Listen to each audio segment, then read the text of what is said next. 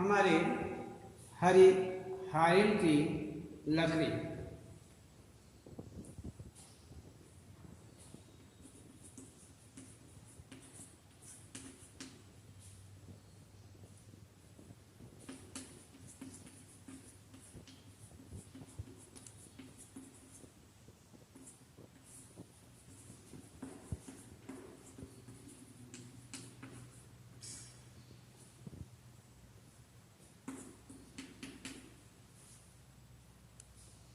जिसकी मन चक्री।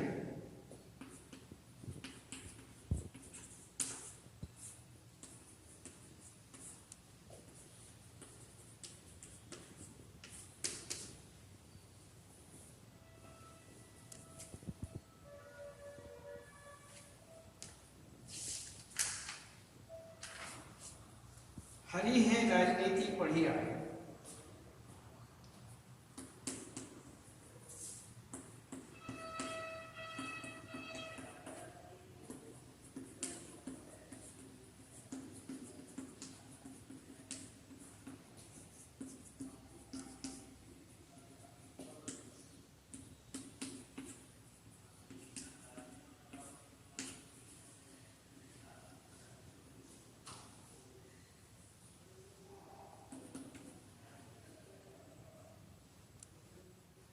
ने जाही सताई।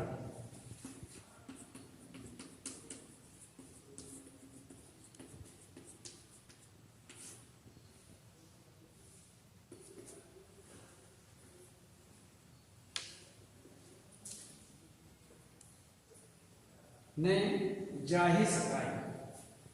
ये हम देखते हैं पहला, इसमें आपके सामने संकेत लिखा हुआ है। संकेत में हमने आपको बताया था, इसमें संकेत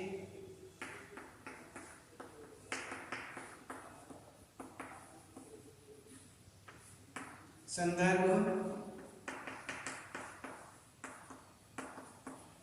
प्रसंग,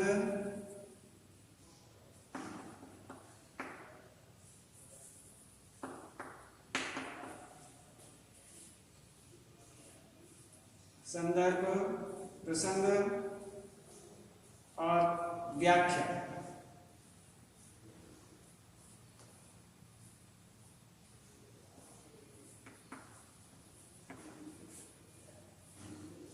ये इसमें हम आपको बताएंगे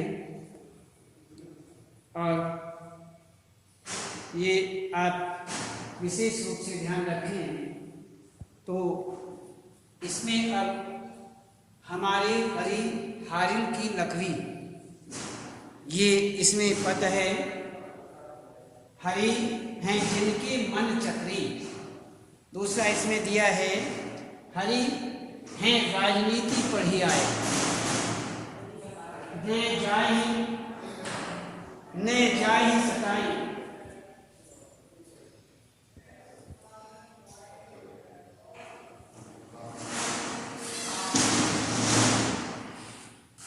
ने जाही सताई हमारी हरी हारिल की लकड़ी। इसमें मन क्रम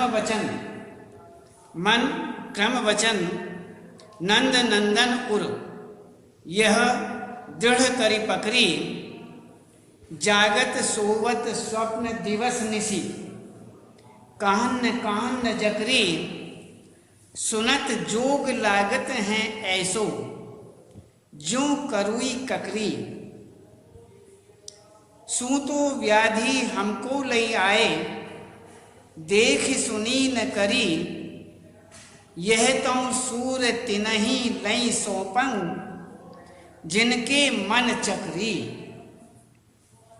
इसमें ये संकेत में आपको सामने लिखा हुआ है। संदर्भ में यहाँ पर उसी ही प्रकार से यह पद्यांश हमारी पाठ्य पुस्तक 31 भाग 2 के पद नामक पाठ से लिया गया है। इसके कवि सूरदास जी हैं। अब यहाँ पर ये बताते हैं कि गोपियाँ अपने प्रेम को श्री कृष्ण के समक्ष प्रकट करने न करने के कारण इसमें व्यथित थीं। ये आपको हम बता चुके हैं। अब इसके अंतर्गत ये गोपियाँ उद्धव को संबोधित करती हुई कहती हैं। यहाँ उद्धव सामने है, उसे संबोधित करती हैं और कहती हैं कि श्री कृष्ण हमारे लिए हारिल पक्षी की लकड़ी की तरह है। ये उद्धव जब योग की शिक्षा लेकर के आया, योग संदेश लेकर के आया, तो उस समय वे कहती हैं कि हम योग को नहीं अपना सकते, अर्थात हम योगी नहीं बन सकते।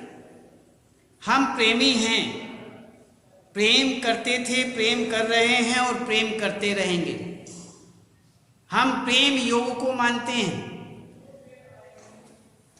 प्रेम धारा में बहकर रहते हैं। इसलिए हम, हे उद्धव,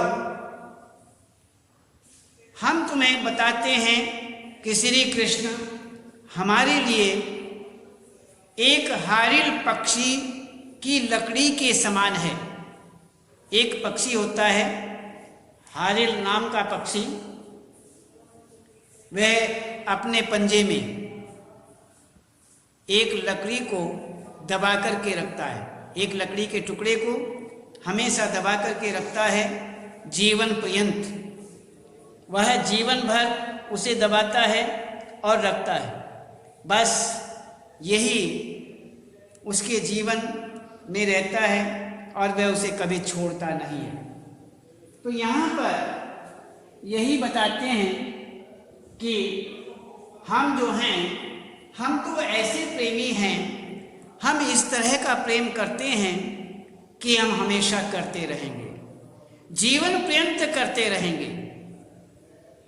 हम उसे छोड़ने वाले नहीं हैं, हम कृष्ण को छोड़ने वाले नहीं हैं। इसलिए हम तो एक हारिल पक्षी की लकड़ी के समान हैं, जिन्हें हम छोड़ नहीं सकते। हारिल पक्षी अपने पैरों में पकड़े हुए लकड़ी को किसी स्थिति में नहीं छोड़ता। वैसे ही हम अपने श्री कृष्ण को छोड़ने में भी असमर्थ हैं। हम उसे कभी नहीं छोड़ेंगे। हम अपने प्रिय कृष्ण को मन से, अर्थात मन में, कर्म में, वचन में, हम मन, कर्म, वचन से अपने हृदय में बसाए हुए हैं।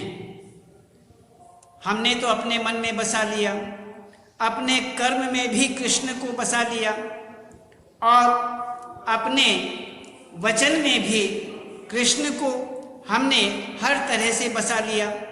हमने तो अपने हृदय में कृष्ण को बसा करके रखा हुआ है। मन, कर्म, वचन से अपने हृदय में हर तरह से अड़िग कर लिया है। हम सोते हों, जागते हों, स्वप्न देख रहे हों, दिन में हों, रात में हों, सदैव हमेशा श्री कृष्ण की रट लगाए रहती है। तुम्हारे द्वारा दिया गया योग संदेश हमारे लिए कड़वी ककड़ी की तरह प्रतीत होता है, जिसके प्रति किसी प्रकार की रुचि नहीं होती। हम उनके प्रति कोई रुचि नहीं रखते हैं। इसलिए हमारे लिए यह योग संदेश जो है एक कड़वी ककड़ी के समान है। कहते हैं कि हमारे हरी हारिल की लकड़ी मन क्रम वचन नंद नंदन उर यह दृढ़ करी पकड़ी। जागत सोवत स्वप्न दिवस निसी कहन कहन जकरी। और सुनत जोग लागत है ऐसों जो करुई ककरी। तू सूतौ व्याधि हमको लई आए देखी सुनी न करी। कहते हैं कि यह हमें एक कड़वी ककड़ी के समान प्रतीत होता है। क्या? योग। हम योग को अपना नहीं सकते।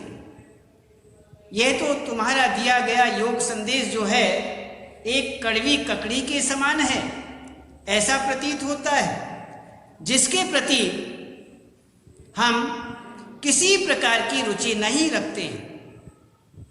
हम रुचि रखने वाले नहीं। योग साधना तो हमारे लिए ऐसा रोग है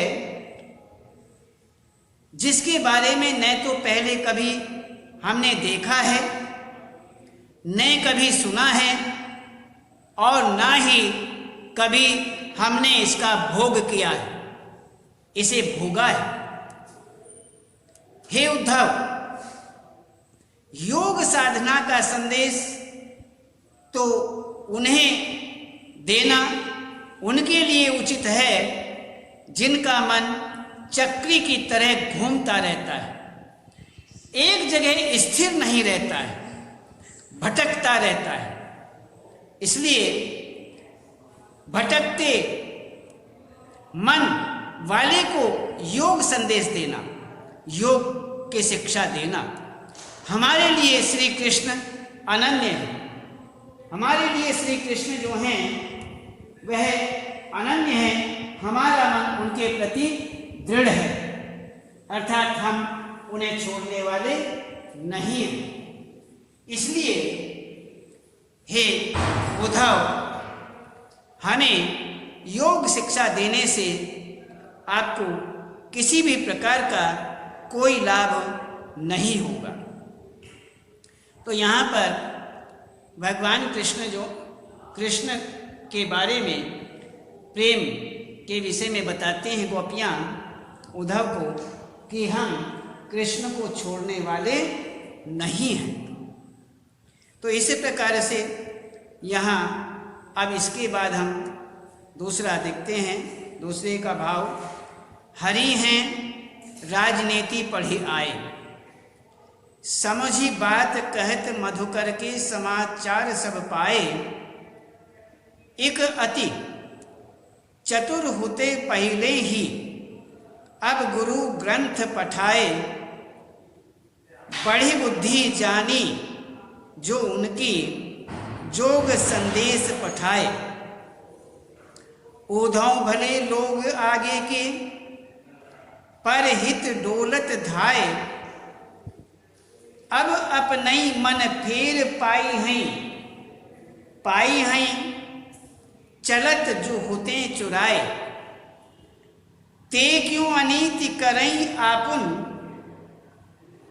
ते क्यों अनीति करई आपुन, जे और अनीति छुड़ाए। राजधर्म तो यही सूर जो प्रजान जाय सताए। यहाँ पर गोपियाँ निसंकोच, बिना किसी संकोच के उद्धव को हर प्रकार से कहती हैं कि हे भ्रमर रूप, हे भौरे, भ्रमर रूप भौरे, भ्रमर रूप उद्धव। अब तो श्री कृष्ण ने राजनीति पढ़ ली। इसमें भी बाह्य संकेत आपके सामने लिखा हुआ है। संदर्भ वही है जो हमने आपको बताया।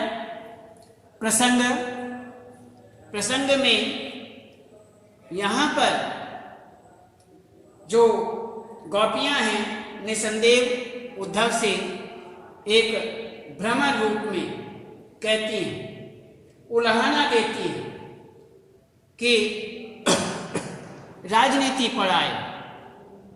अर्थात कोई राजनीतिज्ञ है, यदि उसके साथ कोई रहता है तो वह भी राजनीति पढ़ेगा, वह भी राजनीतिज्ञ हो जाएगा। और जब गुरु राजनीतिज्ञ है, राजनीति जानता है, तो शिष्य भी अर्थात उसके पास रहने वाला भी राजनीति में प्रवीण हो जाएगा। यही यहाँ पर बताया जाता है। तो इसमें यही बताते हैं और उसके बाद यहाँ पर व्याख्या, इसका अर्थ जो है अर्थ के बारे में बताते हैं। तो गोपियाँ निसंकोच उद्धव से कहती हैं कि यह भ्रमर उद्धव, हे भ्रमर उद्धव, अब तो श्री कृष्ण ने राजनीति पढ़ ली, हरि हैं राजनीति पढ़ी आए। श्री कृष्ण ने राजनीति पढ़ ली।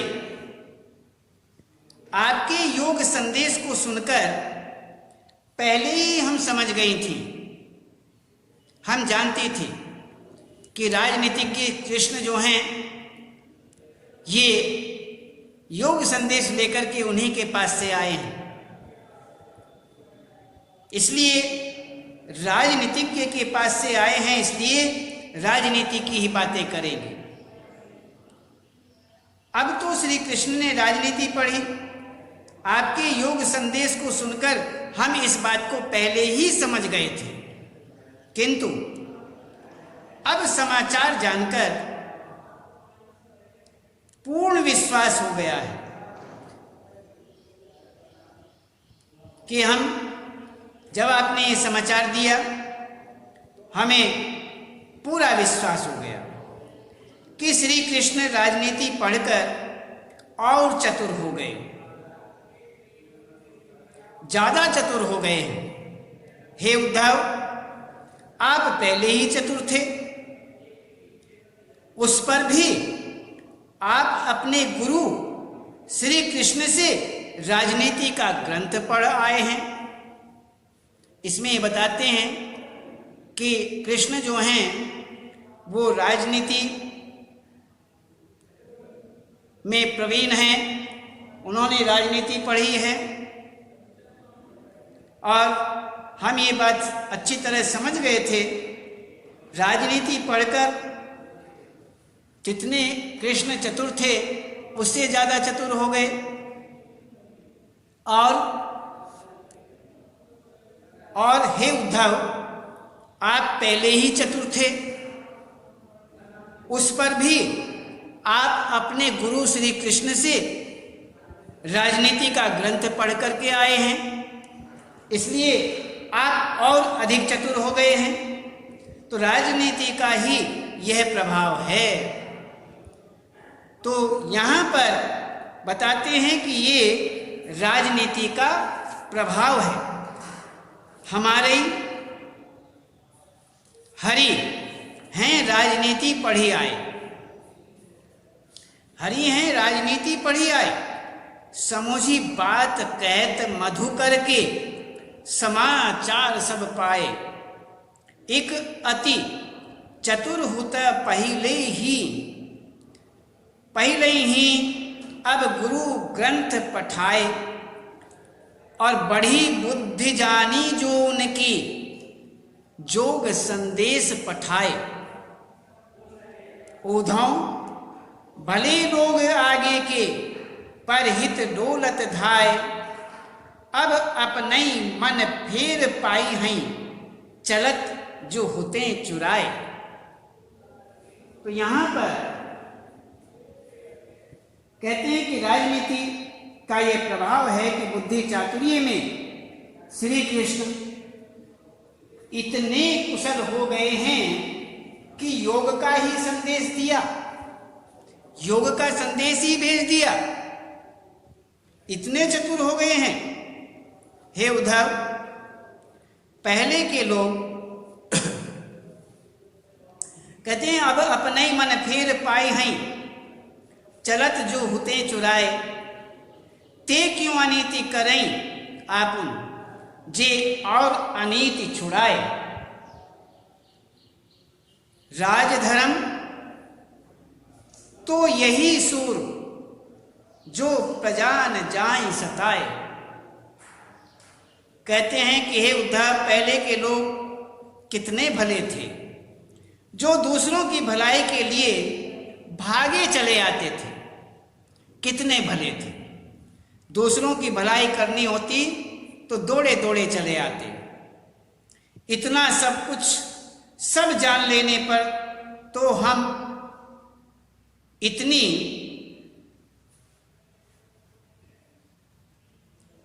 तो आशा करती हैं, इतनी तो आशा करती हैं कि हमारे मन को श्री कृष्ण ने जाते समय चुरा लिया था, उसे हम पुनः प्राप्त कर लेंगे। आश्चर्य यह है कि जो अर्थात श्री कृष्ण दूसरों को अन्याय करने से रोकते रहे कि अन्याय नहीं करना चाहिए, अन्याय करना अच्छा नहीं होता है, मैं स्वयं अनीति के रास्ते पर क्यों चल पड़े, मैं अनीति के रास्ते पर क्यों चल पड़े। मैं प्रेम के स्थान पर जोग संदेश जो है, उस जोग संदेश को भेज करके हमारे ऊपर क्यों अन्याय कर रहे, क्यों अन्याय कर रहे हैं, योग संदेश हमारे पास क्यों भेज रहे हैं। उनको राजधर्म भी नहीं भूलना चाहिए, वह राजधर्म भूल रहे हैं। उन्हें राजधर्म क्या है, उन्हें राजधर्म भूलना नहीं चाहिए। तो राजधर्म, जैसे राजधर्म तो यही सूर, जो प्रजा न जाहि सताए। कहते हैं कि उनको राजधर्म भी नहीं भूलना चाहिए। राजधर्मानुसार प्रजा को न सता करके उनकी भलाई का ध्यान रखना चाहिए, प्रजा को सताना नहीं चाहिए। इसीलिए यहाँ पर प्रजा की भलाई के लिए ही हमें कार्य करना चाहिए। तो इस तरह से हमें ये करना है। और आज इतना ही, और कल बताएं।